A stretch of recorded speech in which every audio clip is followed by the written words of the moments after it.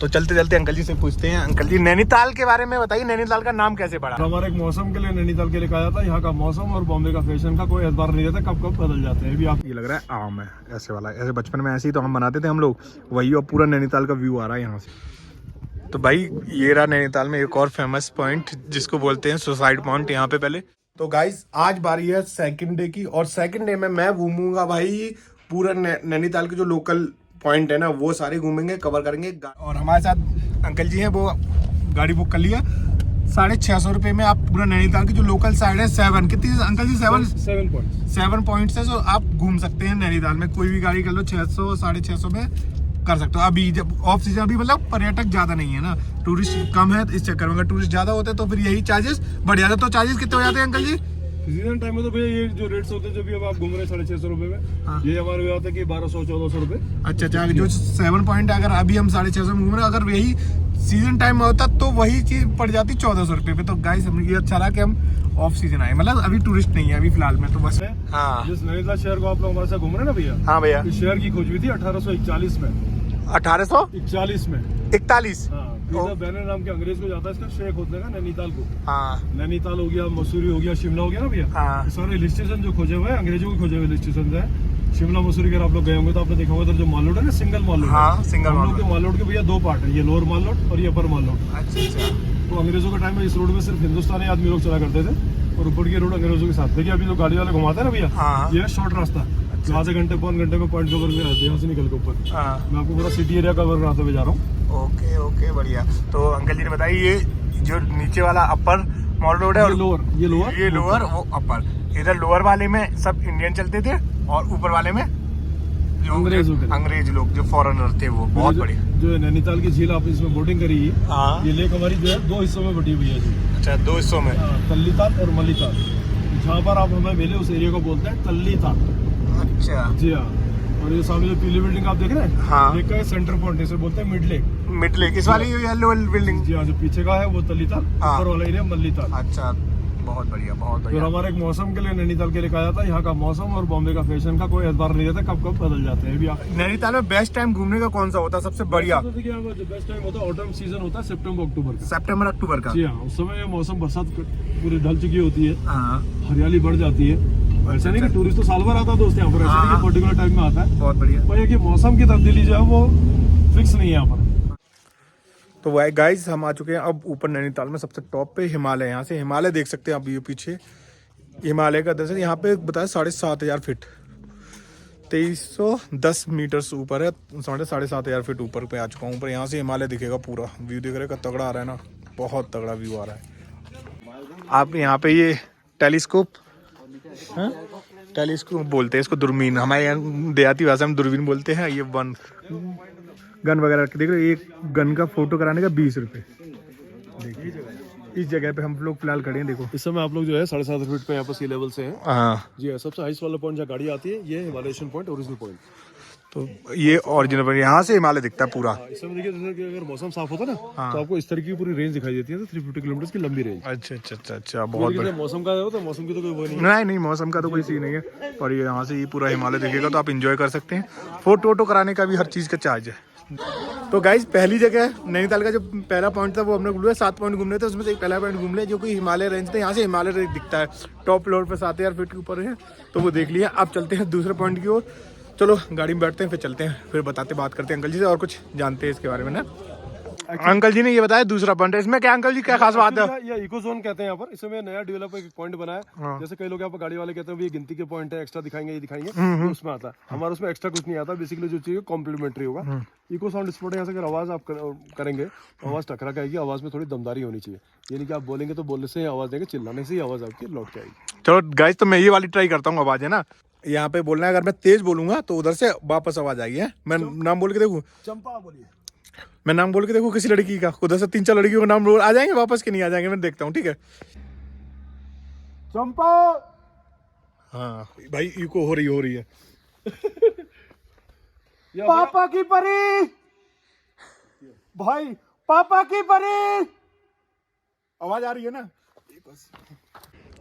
Himalaya range देखने के बाद अब बारी आती है दूसरे पॉइंट की, जहाँ पे यहाँ इस पॉइंट से पूरा नैनीताल दिखता है पीछे, अगर आप नैनीताल देखो। और जो वहाँ पे जो लेक है वो मैंगो लेक दिखती है, मैंगो के आकार की, तो वो दिखाता हूँ मतलब मैं। तो जो ये लेक है दिख रहा हो सच में यार, ऊपर से पूरे मैंगो टाइप की दिख रही है। ये देखो, ये लग रहा है आम है ऐसे वाला। ऐसे बचपन में ऐसे ही तो हम बनाते थे हम लोग, वही। और पूरा नैनीताल का व्यू आ रहा है यहाँ से, ये देखो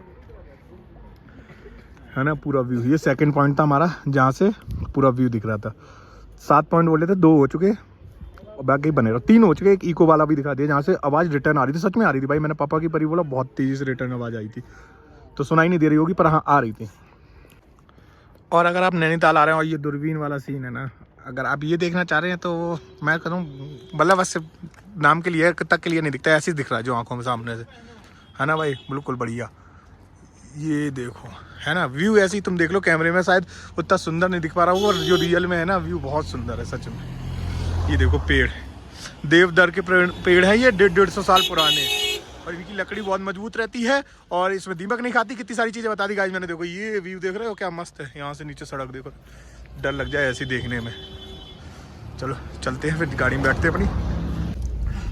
तो चलते चलते अंकल जी से पूछते हैं, अंकल जी नैनीताल के बारे में बताइए, नैनीताल का नाम कैसे पड़ा? देखिए जो नैनीताल की झील है, इस समय आपने मैंगो शेप में देखी। हाँ। इसका वर्तमान में जो नाम है नैनीताल है। अच्छा। इससे पहले जो युग था, द्वापर युग में झील का नाम हुआ करता था त्रिऋषि सरोवर। त्रिऋषि सरोवर? जी हाँ, इस नैनीताल को पहले त्रिऋषि सरोवर के नाम से जाना जाता था। अच्छा अच्छा। तो हमारे हिंदुओं में स्कंद पुराण है, हाँ। उसके 7वें अध्याय जो मानस खंड में इसका जो वर्णन किया गया है, तो उसमें वर्णन किया गया उस युग में यहाँ पर कोई झील वगैरह नहीं थी। अच्छा तो अच्छा। यहाँ पर करते थे ऋषि मुनि तपस्या।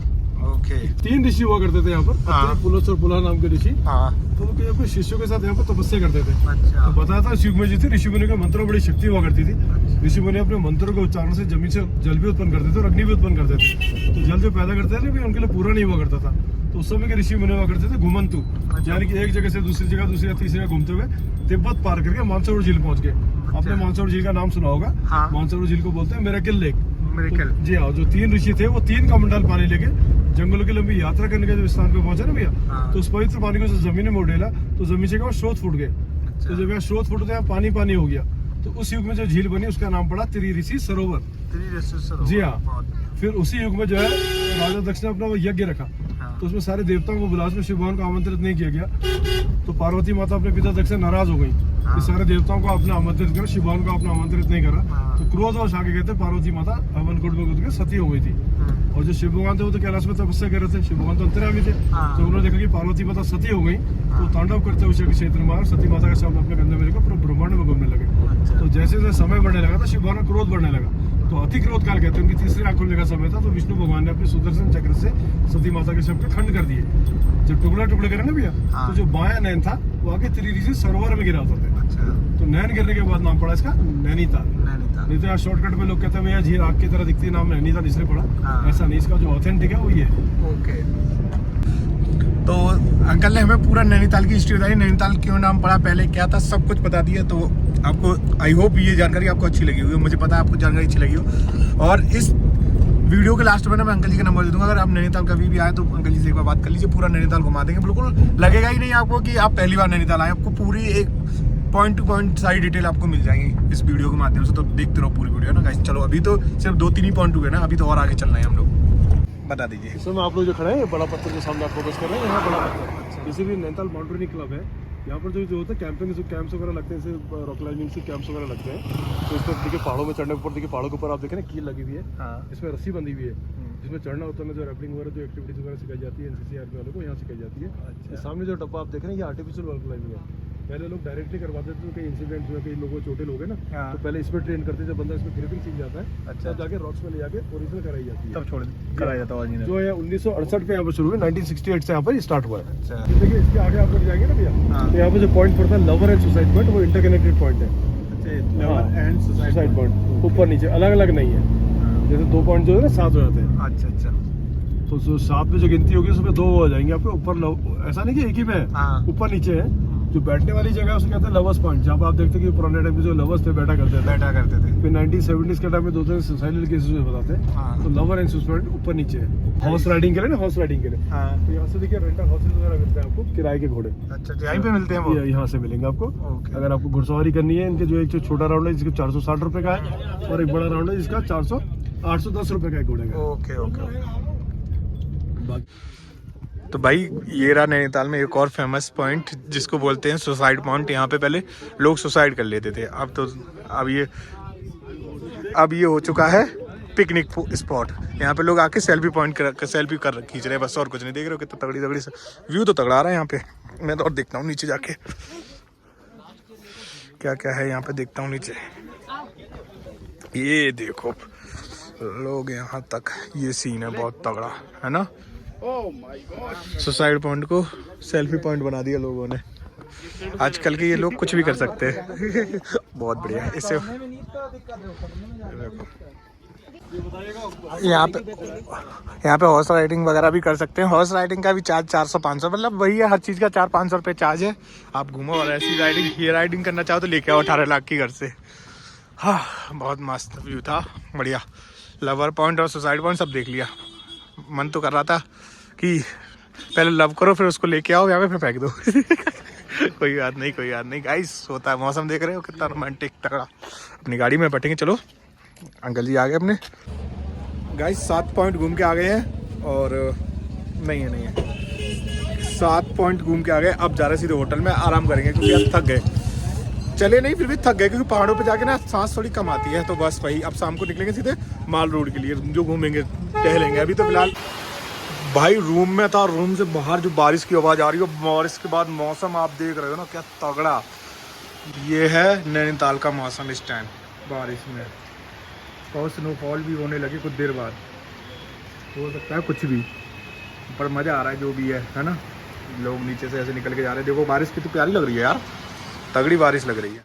पूरा दिन घूमते घूमते ना अब हो गई शाम नहीं रात हो गई, समथिंग 7 बज गया। तो 7 बजे का माहौल देखो भाई, ये झील नैनीताल की। अभी दिखाऊंगा वो लाइट वाला सीन, ये देखो। अभी यहाँ से दिखाऊंगा, बस थोड़ा सा पेड़ पौधे हट जाए फिर आपको दिखाऊंगा यहाँ का एक बार जी। देखो ये रहा नैनीताल का पूरा व्यू जो है। चलो पास से दिखाता हूँ, वहाँ से है ना, यहाँ से तो तुम्हें दिख नहीं रहा होगा। तो एक बार दिखा देता हूँ पास से। तुम कहोगे भाई लो दिखाया नहीं, गाइस लो ये देखो, ये झील नैनीताल की, और ये रहा पूरा नैनीताल।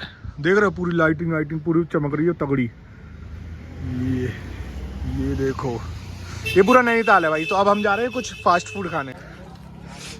ये भाई नैनीताल का माल रोड, जो कि सन्नाटा पड़ा हुआ है क्योंकि बारिश हो चुकी है। और ये रहा गाइस नैनीताल की बैंक। सामने से कपल नाम की कोई चीज़ नहीं है, सिर्फ लड़के दिख रहे हैं। और हम जा रहे हैं मोमो, दिल्ली चाट। भाई दिल्ली चाट वाले भी हैं, आई देख रहे हो क्या क्लियरिटी है। दिल्ली चाट बस मस्त घूम रहे हैं, मुंह में जा रहे हैं घूम जाना। नहीं भाई गाइस आ गई कपल्स भी हैं कुछ।